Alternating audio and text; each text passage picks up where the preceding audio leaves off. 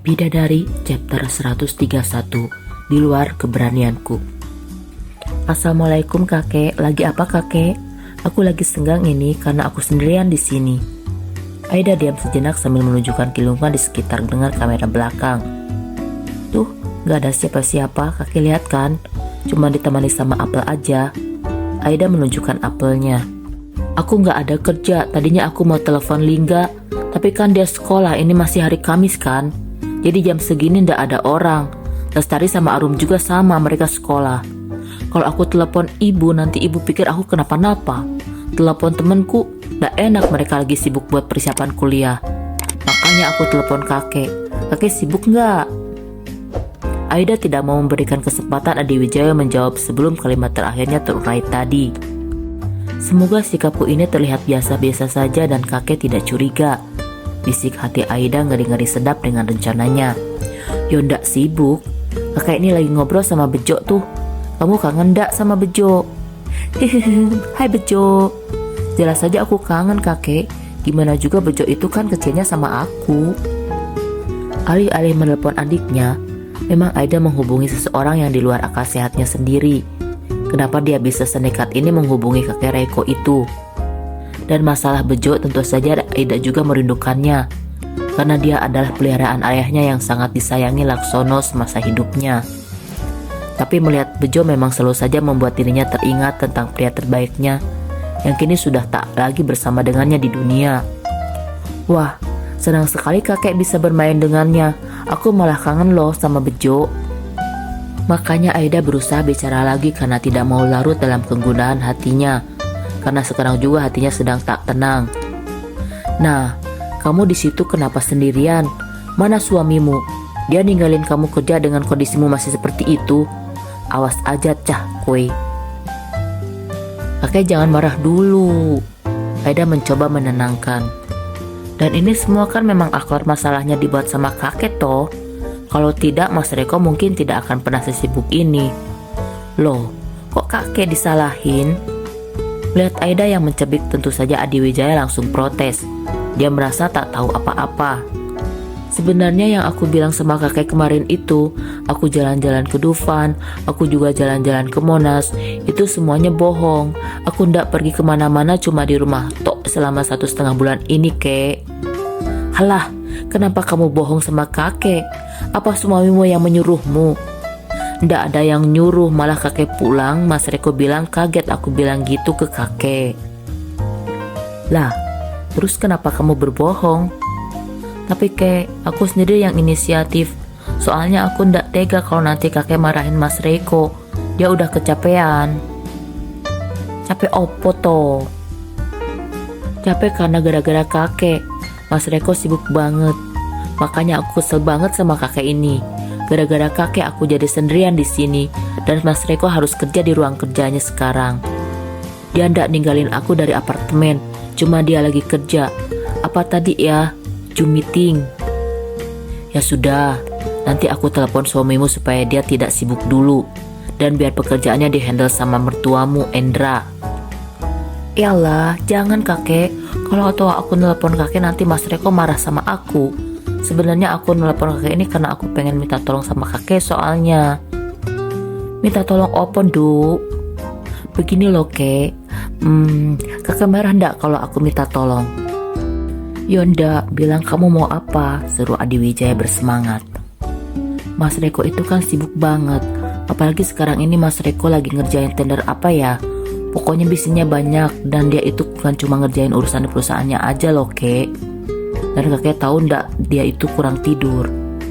Kok bisa? Makin larut Adi Wijaya dengan obrolan mereka. Mas Reko tidurnya itu jam 12-an malam gitu, soalnya kerjaannya numpuk. Dia itu ndak pernah pulang kerja di bawah jam 9 malam karena dia ngurusin kerjaannya banyak kek. Bangun tidurnya aja itu jam 3. Sebagai itu udah ngurusin kerjaannya dan ndak sempet ngapa-ngapain lagi. Pokoknya paling tidur itu 2 atau 3 jam sehari. Hari-hari dia kerja. Dan tadi aku lihat dia kepusingan sendiri untuk cari modal. Kayaknya Mas Reko lagi ngerjain bisnis apa ya? Desain interior gitu kakek. Udah dia harus buat desainnya terus dia harus cari modal, makanya aku kasihan banget. Aku sudah mencoba untuk menunjukkan cara bicara ekspresif. Mudah-mudahan kakek percaya padaku. Bisik hati Aida yang sama sekali bicara tanpa dipikir panjang. Dia mengatakan semua yang ada dalam pikirannya. Meski tentu saja rata-rata itu semua berdasarkan karangan bebasnya yang bersama Reko semalaman kemarin. Jadi suamimu masih ngerjain kerjaan itu, bisnis mainannya, desain interior. Aku sudah melarangnya padahal. Lah, kenapa toh kakek, Mas Reko kok dilarang? Padahal itu kan hobinya Mas Reko. Kalau dia ngelepasin kerjaan itu ya dia hidupnya seperti zombie. Karena memang itu adalah impiannya kakek. Mas Reko juga cerita padaku, dia dulu sempat bikin perusahaan desain interior. Dan aku lihat perusahaannya itu bagus kakek. Dan buktinya dia bisa membuat desain interior yang bagus ini buat rumah ini. Ini kan buatan dia sendiri toh. Iya, memang dia itu berbakat, tapi kakek, ayolah bantu Mas Reko. Aida tahu kalau Adi Wijaya saat ini sedang ragu mendakapi ucapannya, tapi dia tidak memberikan celah dan langsung bicara lagi. Kasihan Mas Reko kalau harus pinjam-pinjam ke bank kan, biayanya mahal dan dia juga kayaknya butuh modal banyak kek. Jaminannya itu gimana? Apa dia cerita padamu? Enggak tuh. Aku nguping, waktu aku pura-pura tidur, Mas Reko lagi nelpon dan dia lagi ngomongin modal. Dan aku dengar ada yang namanya Roy juga. Bisnis lainnya sama dia. Mas Reko kayak kesulitan cari modal, makanya aku gak tega. Aida bicara sambil kini mulai menunjukkan wajah memelasnya lagi. Bahkan sedikit buli-buli air mata itu dihapus dengan punggung tangannya. Sungguh membuat seseorang yang ada di lain telepon terenyuh. Dia bilang sih dia mau cari pinjaman lagi. Apalagi Aida menjelaskan dan kembali bicara. Aku nggak tahu pinjamannya itu di mana dan kemana. Kalau dia keluar uang banyak terus kasihan kakek. Lagian kalau bayar itu kan uang pinjaman 2 kali lipat bukan? Kalau uang itu bisa disimpan bukannya itu bisa jadi keuntungan untuk Mas Reko? Apakah kakek nggak bisa bantu modal? Namun sebelum Aida melanjutkan lagi, dia menyipitkan matanya dan terlihat ingin menyampaikan suatu rahasia. Tapi jangan bilang-bilang ya kalau aku yang minta kek. Kalau bisa ini disembunyiin saja. Soalnya aku ndak mau kalau Mas Reko tahu. Nanti dia akan marah. Dia bilang aku nggak boleh bilang ke kakek karena dia ingin buktiin kalau dia bisa. Suamimu bilang begitu padamu? Senyum Aida pun muncul. Iya, tapi itu ngomongnya ndak pas lagi nguping. Itu kan aku pura-pura ndak tahu. Aku bilang itu waktu dia cerita tentang perusahaannya. Dia ndak mau minta modal ke kakek karena kakek ndak suka sama siapa ya nama perempuan itu ya. Duh, susah. Brik. Aku lupa kek. Dia nyebut nama perempuan itu di hadapanmu, Duk. Tampaknya Adi Wijaya terlihat marah parah. Ya tidak apa-apa toh kakek. Aku juga diceritakan tentang hubungan mereka pas Mas Reko juga tanya padaku apa aku pernah punya pacar atau tidak dulu sebelum menikah. Oh, jadi kalian sempat membahas masa lalu kalian sebelum menikah? Iya, kek. Aida kembali terlihat antusias. Semua mengalir begitu saja dan tidak menimbulkan sebuah kecurigaan. Lagian sekarang Mas Reko cuma teman sama dia kan? Dan Mas Reko itu setia banget sama aku. Dia ndak pernah kasar sama aku dan dia baik banget, kek. Mas Reko ndak ada maksud apa-apa pas cerita tentang masa lalunya dengan perempuan itu. Dia bilang itu masa lalu. Dan sekarang Mas Reko sudah sama aku dan dia ndak akan ngecewain aku. Jadi aku percaya sama Mas Reko kalau mereka itu cuma temenan dan mereka tidak mungkin punya hubungan apapun. Kamu ndak bisa percaya begitu aja dong. Lah, memang aku harus gimana? Mas Reko baik banget sama aku soalnya. Lihat nih kakek, bahkan tadi sebelum Zoom, Mas Reko potongin ini dulu sampai jari tangannya luka. Tapi aku nggak berani ngomong apa-apa soal jarinya.